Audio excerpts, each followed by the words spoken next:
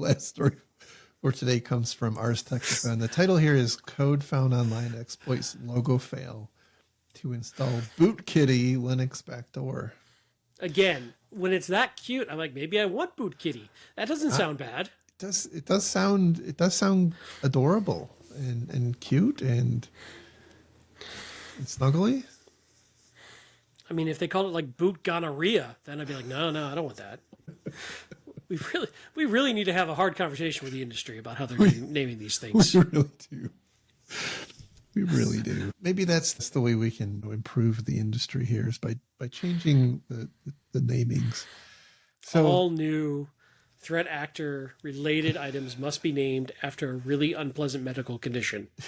you have to kind of like you have to go apply for a CVE. You have to go apply for a name, and there's a central clearinghouse for names based on if it's malware or a threat actor group or what have you. You get back up.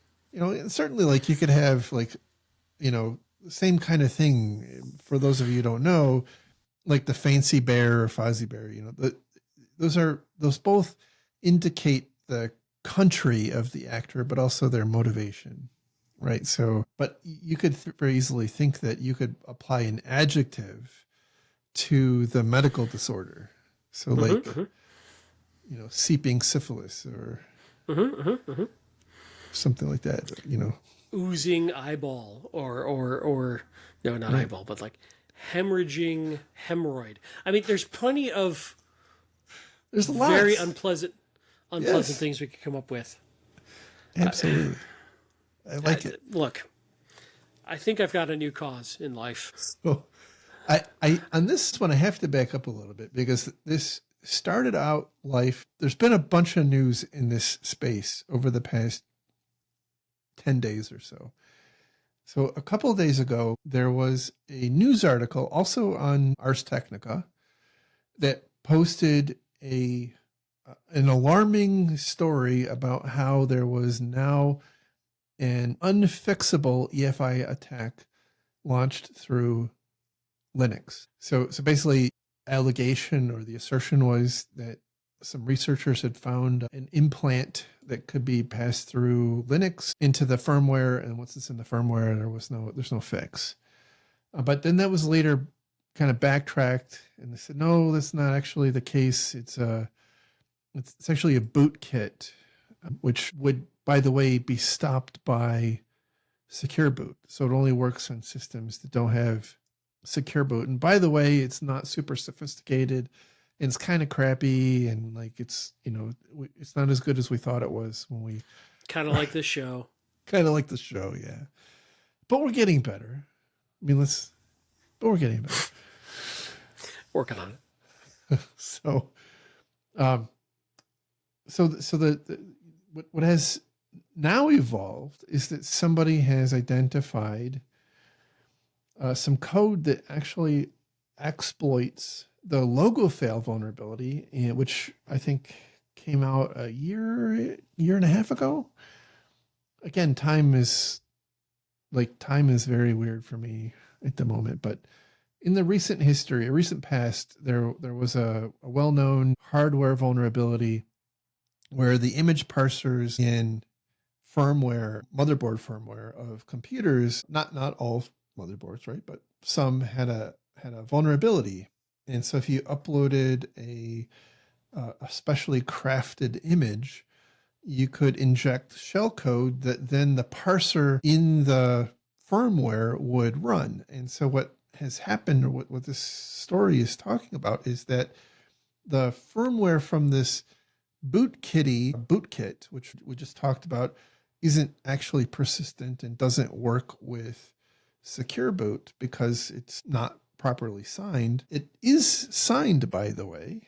What is happening here is somebody's created an exploit package using this logo fail vulnerability to add the self-signed key of bootkitty into the motherboard so that even if you do have secure boot, your system can run this, will launch this bootkitty bootloader, and then it's kind of game on, and it can do all sorts of badness.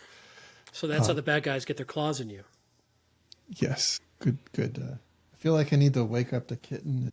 I'm gonna let him sleep because he needs to sleep. Yes, you don't want to boot up the kitten. Do not want to boot up the kitten. Chaos will ensue.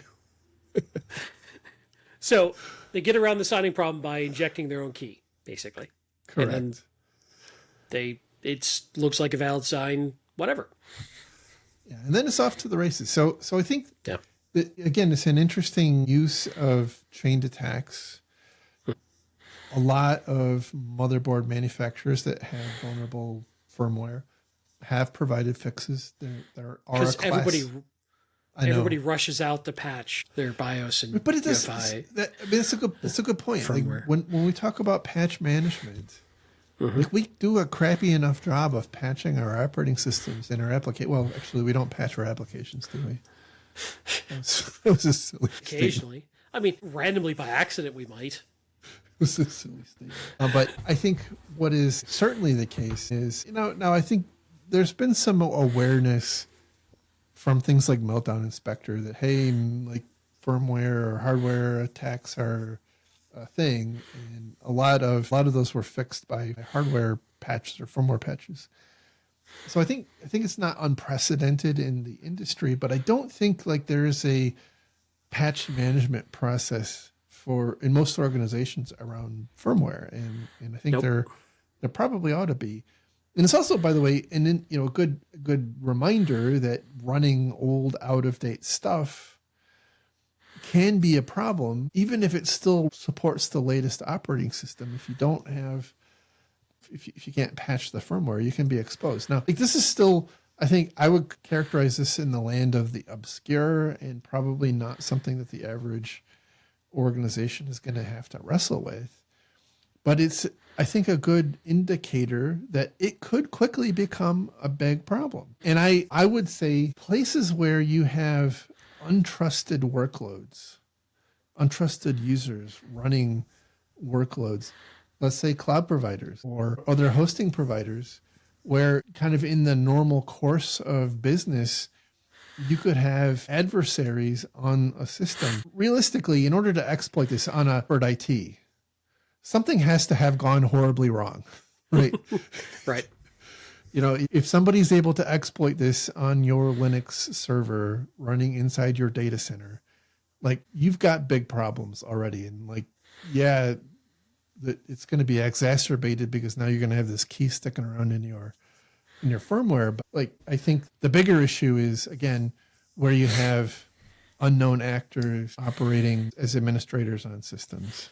But so in a cloud provider environment, I'd like to think that this hardware layer is so abstracted away from those unknown users through hypervisors and whatnot that they probably can't get to this layer, even if they had full admin access of a server. In most cloud environments, I'd like to think that they're isolated in a sandbox away from the hardware. So I can talk about this from two vantage points. Obviously, I was the CISO for a cloud provider.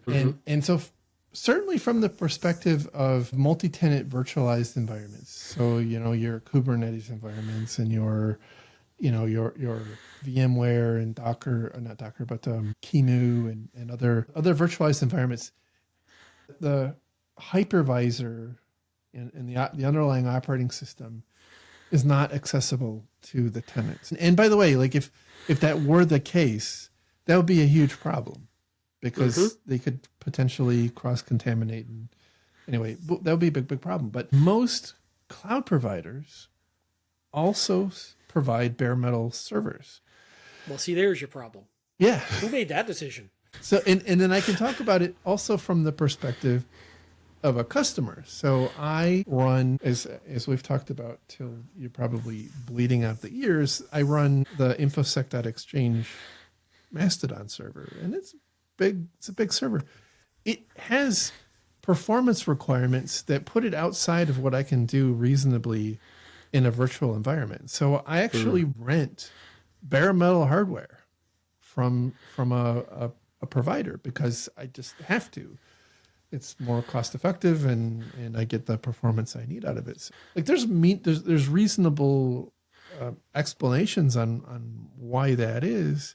You know, when I was, you know, on the other side, it is important to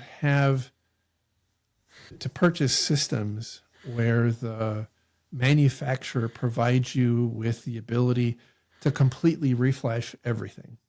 That's what I was about to ask. Do you think when someone finishes renting bare metal, most of these bare metal renting places will complete the reflash? So that was certainly what we did. I think is pretty industry standard. But I always had this nagging concern in the back of my mind that is there any conceivable way for that not to be fully effective? And because we saw this we saw you could hide this like in firmware on GPUs, exactly, the motherboard. Like how many other places could I hide malicious firmware? The insides, the things that happen below the level of the operating system have gotten really complicated. You know, you have actual processors running their own operating system separate and apart from, you know, the one that you are interacting with, like management plane stuff. Exactly. Yeah. Hell, I mean, even hard drives today, you can flash the firmware. Man, it just makes you wonder how many different places you could hide. Sorry, I'm going down a rabbit hole now. The issue, by the way, is you just don't know. Like that's So can you? Does it make sense to build a business model that like those become disposable? No, probably not. No. So wow, that's a problem. No, and I think the one thing that is saving us right now is that there are so few standards that it's difficult for an adversary, even if they were to find something, to come up with a universally applicable attack. So like they would have to be lucky enough to find a victim who had a weakness that allowed them in and had the specific configuration, you know, for what they had created. But I think over time, like this is going to get, I think, more problematic, not less, because as we talked about before, like every time you've described it well, like it is an arms race. And so every time we make an advance, you know, let's say in 3 or 5 years, the one-time passwords are going to be gone and we'll all be using passkeys. I know that's like really very optimistic to say, but the attackers aren't going to just throw up their arms and say, you know, I tried, I guess I should go find a different job. Like they're going to move on to something else. And that something else is probably going to, you know, in some instances be hardware related, because that's look, I mean, we talked about it last time with firewalls, right? Like firewalls for a long time were kind of black boxes that sat on the edge of your network. Nobody looked at them. And then suddenly somebody started looking at it, and now we just have this endless freight train of vulnerabilities, like critical vulnerabilities in firewalls. And so that's what people are attacking. When I was in my prior job, like all of the suppliers that we had that were encountering problems were because of their freaking firewalls. And so it's not surprising, but I think this is another blind spot where we the industry haven't been looking. And as soon as like there is attention and a need, and when it becomes like the new horizon, because everything else has been, or many other things have been kind of quiesced, like that's where they're going to go. And it is going to be an absolute shit show. You know who I blame? Your mom? No. The marketers. You want to know why? Why? Because it's all about having that logo during the boot process pop up. And that's a marketing decision. And if the marketing people didn't push that logo, this problem wouldn't be here. Freaking marketing people. They ruin everything. I'm telling you. They ruin everything. Engineers would not they're happy with their text. A blinking cursor. What was wrong with that little red AMI pyramid? Right. What was wrong with that?